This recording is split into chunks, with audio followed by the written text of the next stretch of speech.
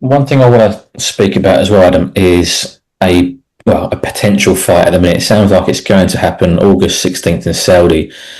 And again, you mentioned the stories and storytelling, and these two fighters have got their own stories, and that's Dillian Whyte versus Moses Itauma, almost on the opposite ends of their career scale as such. This fight, firstly, is this the right fight for Moses at this stage? I think so.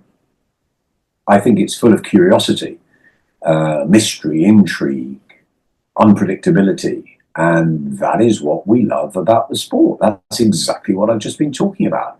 It's something which is going to engage the public because, okay, there'll be those who think Dillian is far too much of a step up for Moses at this stage. He's a gladiator. He's been in with the big boys.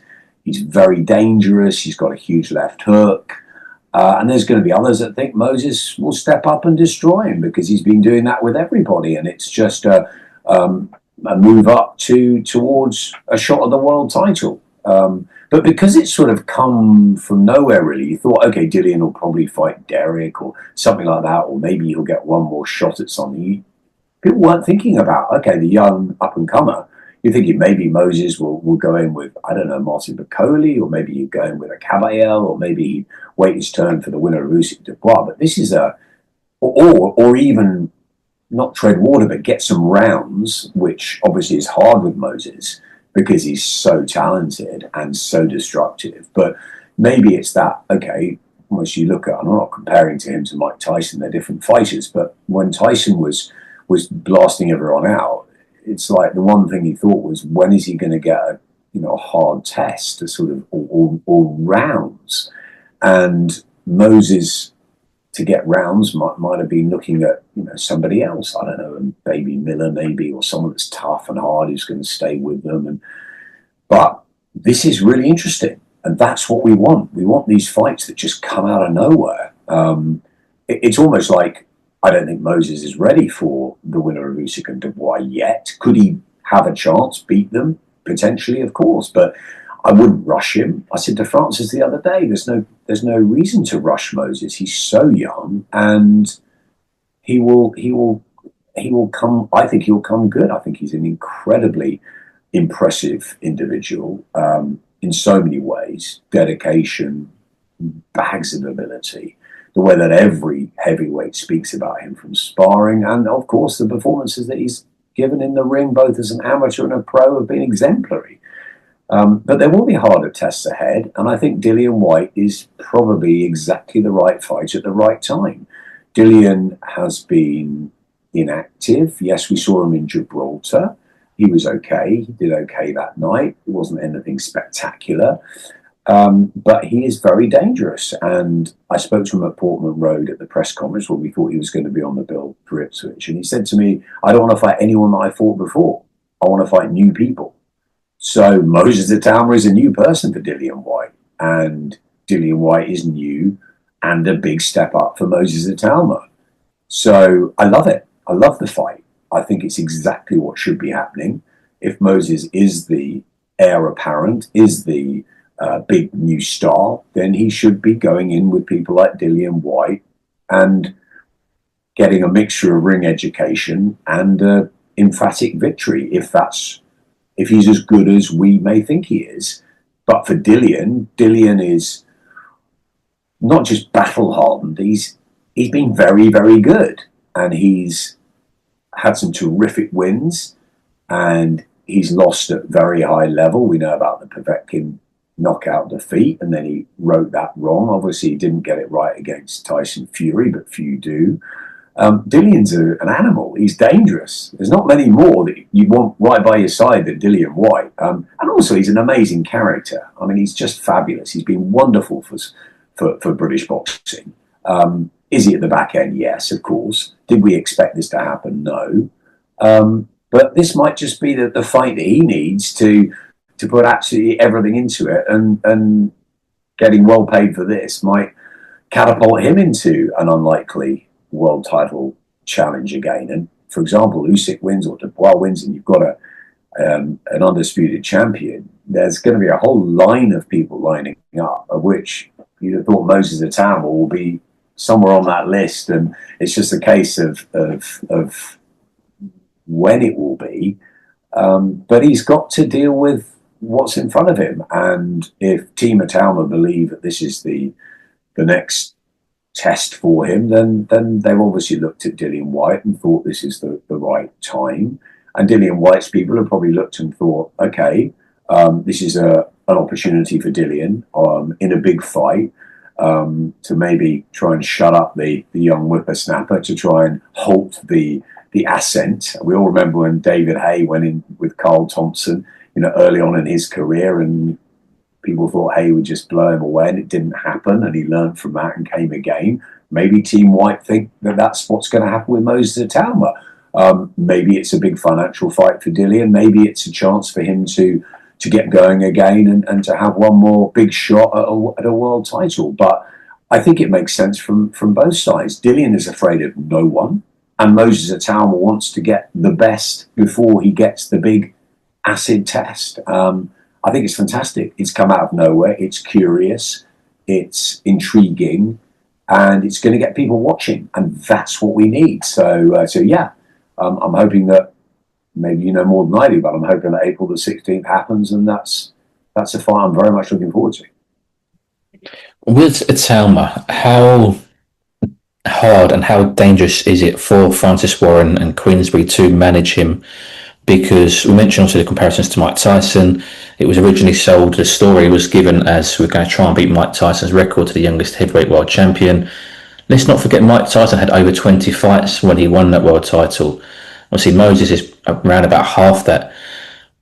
So they're trying to obviously look to match him well. Obviously Dillian Whyte would be a step up again for him, and he's dealt with everybody in emphatic fashion so far. But in terms of the public and the fan base, if let's say it's another 5 to 10 fights before they do look at a world title, which it may not be, but if they look to manage Moses like that, is there a worry or concern that the fan base could turn on him and say, well, you're just putting him in with people below his level, and almost get bored of waiting for that world title shot? Yeah, it's very difficult. How do you guide somebody so good as Moses Itauma, who universally is being acclaimed as the potential next heavyweight star? Alexander Usyk is nearing 40. He's got a big fight, obviously, on July the 19th, and he's never been beaten. But he's told everyone he wants 2 more fights. Now, if he beats Daniel Dubois, maybe he'll try and get a fight in the next year or 2 in Ukraine. Who knows what the situation is going to be like there? I know that's the dream. But Joseph Parker's probably the next in line. If Daniel wins, that turns it around again, and maybe there'll be a 3rd fight with Usyk. Who knows? That's a massive fight on July the 19th, and we need to appreciate that as the first undisputed fight on British soil at Wembley. Alexander Usyk, who's loved in Britain, and Daniel Dubois, who's in many ways the former heavyweight in world boxing. So that's sort of happening. Meanwhile, you've got this guy in Moses Itauma who potentially is good enough to reign for a long time. Potentially. We haven't really seen him tested yet, and that's the difficulty that Francis has got. He came up to me in Glasgow straight afterwards, Francis, and I was just like, wow. I mean, I think Itauma hits like a heavyweight.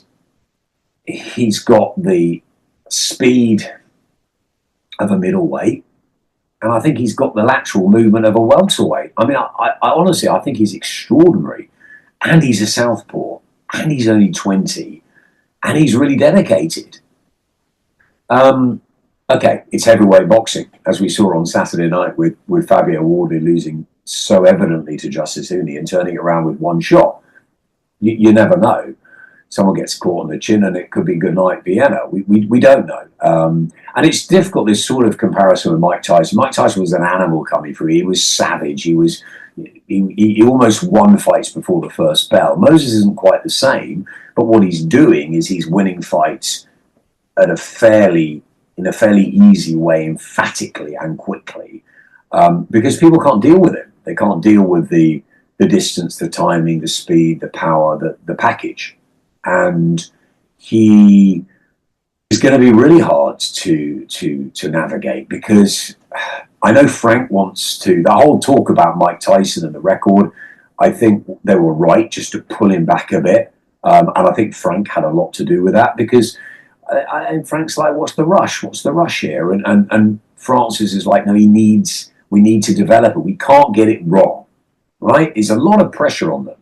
They've got a guy that Francis is convinced is going to be the Messi, the Federer. He's going to be the next great sports king. But they've got to get it right, because if they get it wrong, I mean, look at the backlash there's going to be. So there's a lot of wise people around that team. And the Ben Davidson training team, obviously, Frank and Francis and George and all that, yeah, they know boxing inside and out. And they take risks. They took a risk with Fabio and Justice Hoodie on Saturday night, 5 weeks' notice. Eddie said, "We've got the better guy." And they did, pretty much. But they pulled the rabbit out the bag, and they got it right again. They got the W. So it's really hard for Moses. And I think there's going to be people that are saying, "Oh, he shouldn't be anywhere near a world title yet, and he hasn't been tested." And there's going to be other people that say he needs 10 more fights, and there's going to be other people that say, "Put him in now. That's what we want to see. We want to see the best fight in the best." It's very, very difficult. I don't manage Moses Itauma. I'm just an admirer. I'm a broadcaster. I just want to see him fight, and I want to see him fight the likes of Dillian Whyte, the likes of Martin Bakoli, of course, the likes of Joseph Parker, of Ajit Kabayel, Lawrence Okoli. There's so many he could fight. There's so many he's sparred with already. You know, AJ Fury. There's huge amounts of fights there in the heavyweight division. You know, Deontay Wilder coming back. You know, everyone talking about Fabio Wardley having that one-punch knockout power that maybe, like Wilder, gets him out of jail. Put Wilder and Wardley in together, and someone's going to kill it. Do you know what I mean? There's so much out there. There's a pot of about 20 heavyweights where you can see they all fight each other. Usyk is at the top. Dubois is the right challenger, in my opinion, and Joseph Parker's alongside, and he should get the next crack. Whether it was Parker or Dubois, they were going to fight, but yeah, they are there. And then Itauma is this guy who has just gone like this with his trajectory, but he hasn't had a test. He hasn't really had those rounds. So it's really hard. I think they've just got to take it step by step. If I were them, I would keep him busy, which they're doing. I would be moving him up like they are, giving the right tests at the right time, and preparing him for when he gets that world title shot. He's ready, because once he wins it, or if and when he wins it, he's then going to have to defend it. And you're up there then. And if you're 21 years old, 22 years old, you're going to have to know that there's a long road ahead, and you've got to be utterly dedicated. There's going to be huge money and adulation and sponsorship and all of this sort of stuff. And you're going to have to be very strong-minded to keep that. You look at someone like Lennox Lewis. That's why he was great, because he lost to Oliver McCall, but he wanted to get that back. It burnt inside him. For 3 years, he had to try and get McCall back in a ring, and then it was there. Then it happened against Ratman, and he wanted to exact revenge, and then he wanted. So there's different ways a career can go. There are ups and downs. Look at Tyson Fury. Look at Anthony Joshua.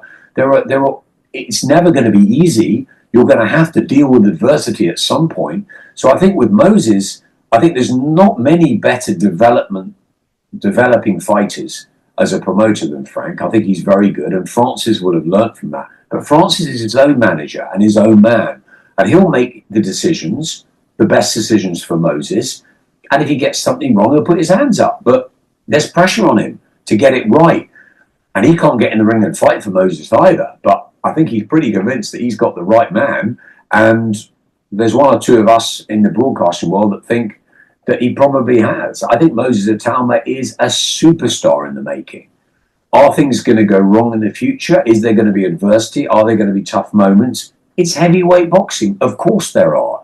And maybe we'll learn more about Moses when that happens. But for now, everything he touches is turning to gold. And he is so sort of level-headed, and he just keeps his feet on the ground, and it's right on to the next. And I think that's the right attitude. So for me, it's more of the same. Keep momentum. Dillian Whyte's a cracking fight. If he wins it in style, bang, wow, okay, then they can move him and world title next year, probably.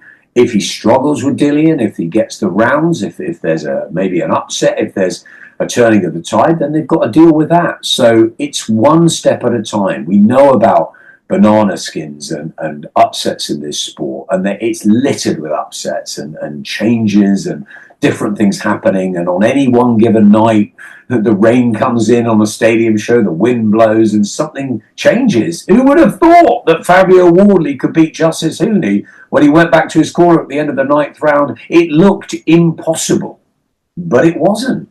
So with heavyweight boxing particularly, you never know. Moses Itauma could go in and destroy Dillian Whyte. He could find himself on his backside after 2-3 rounds and have to deal with adversity there.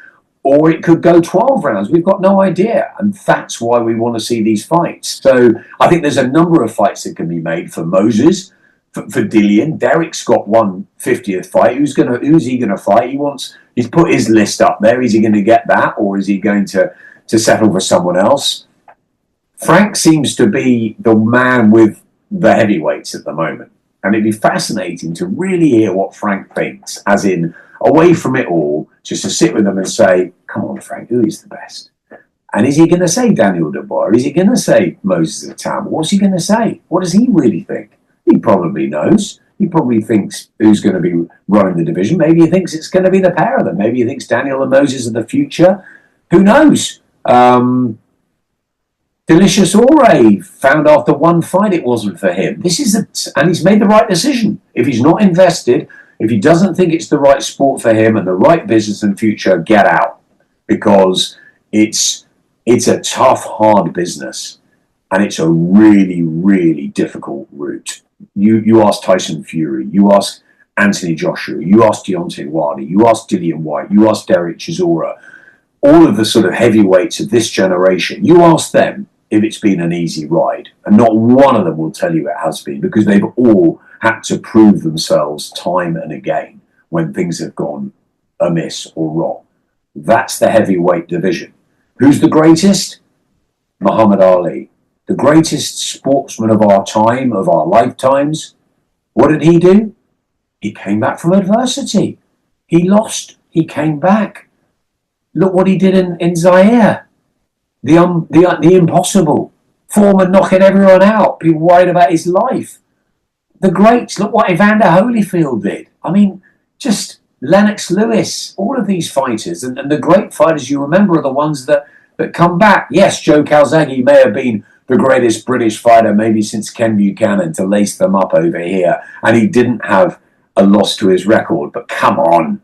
Robin Reed beat him that night. And come on, he had to get up off the floor to Roy Jones and Bernard Hopkins. And he got out when he knew it was starting to go. Carl Froch got out at the right time. But again, he had to deal with his own adversity. It's very, very hard not to in boxing.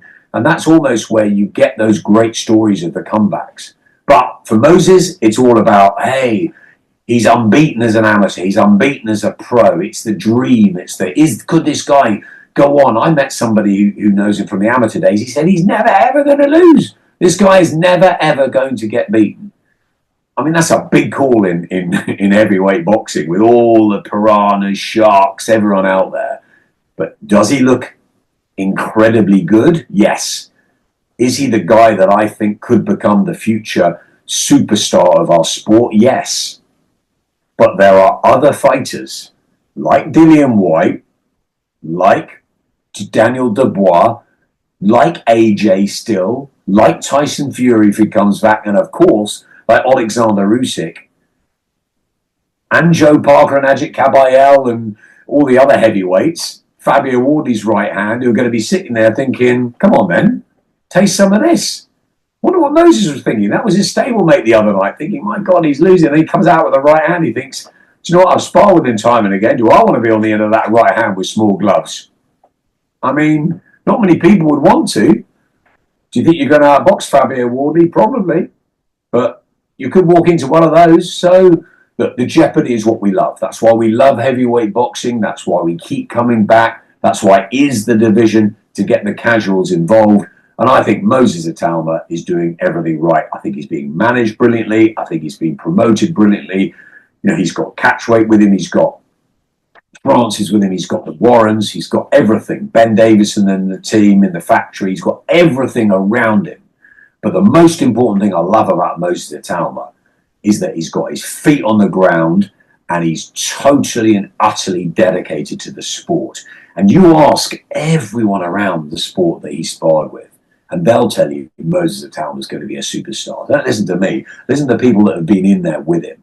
And Dillian Whyte, by the way, James, won't give two hoots about that because he's a fighting man.